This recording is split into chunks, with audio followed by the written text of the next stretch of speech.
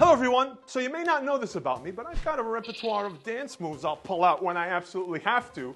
But unlike Cristiano Ronaldo, I don't show them off after one of the worst days of my professional career. Yeah, you've probably heard that Ronaldo has brought the wrath of Real Madrid fans upon his club because he decided to go celebrate turning the big 3-0 right after a brutal 4-0 loss to their bitter rivals Atletico Madrid. So it led to the debate, and I want to know what MLS fans think. Should soccer players, or any athlete for that matter, go clubbing after a bad loss? Not just any loss, I'm talking a real tough one. I know what many of you are probably thinking. Playing soccer is a job, and once a game is over, players should be free to go out and unwind, especially after a rough day. Plus, when players leave the stadium, they're on their own. Job's over. Life goes on. And we actually see some MLS teams organize post-game get-togethers with their fans, win or lose, so it happens. But there is another side to this. When you're an athlete and you have a bad day at the office, it's different from a bad day in other occupations because the emotions of a ton of other people ride on your performances and results. They're called fans. We call them supporters. And they live and die with their teams. And after a tough loss, they're pretty much in mourning. And you know when someone is grieving, there's no greater lack of respect than to go out and celebrate in front of them. That's why people got up in arms when Seattle Seahawks running back Marshawn Lynch was spotted in Vegas less than 24 hours after a heartbreaking loss in the Super Bowl. And last year, then Manchester United manager David Moyes reportedly fined 3 players for hitting the pubs after their Champions League elimination. For argument's sake, compare it to a funeral. Yeah, I'm going there, because that's one place you'll find people grieving. How would it go down if someone walked into the service with a big smile, loud clothes, and maybe even doing a little jig? Do they hold karaoke's at wakes? No, you tone it down, you show respect. And I think some fans expect as much from their players after a loss. I mean, how would Revs fans like to see goalkeeper Bobby Shuttleworth hitting the dance floor after giving up Robbie Keane's cup-winning goal in extra time back in December?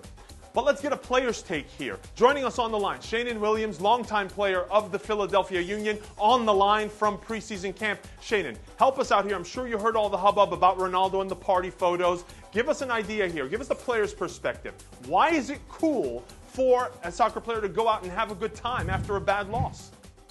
From my perspective, there's nothing you can do after a bad loss. Just try to forget about it and move on. And, you know, if your way to blow off steam is to go out, then I find it to be okay.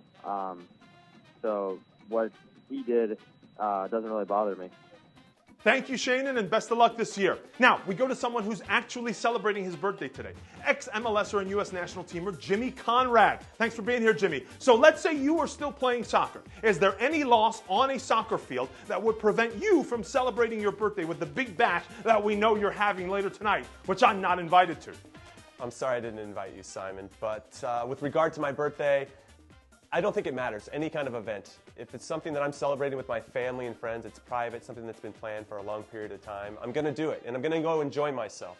I think it would be disingenuous to go and just be a party pooper. So I agree with Ronaldo. I'm glad he went and had fun at his birthday.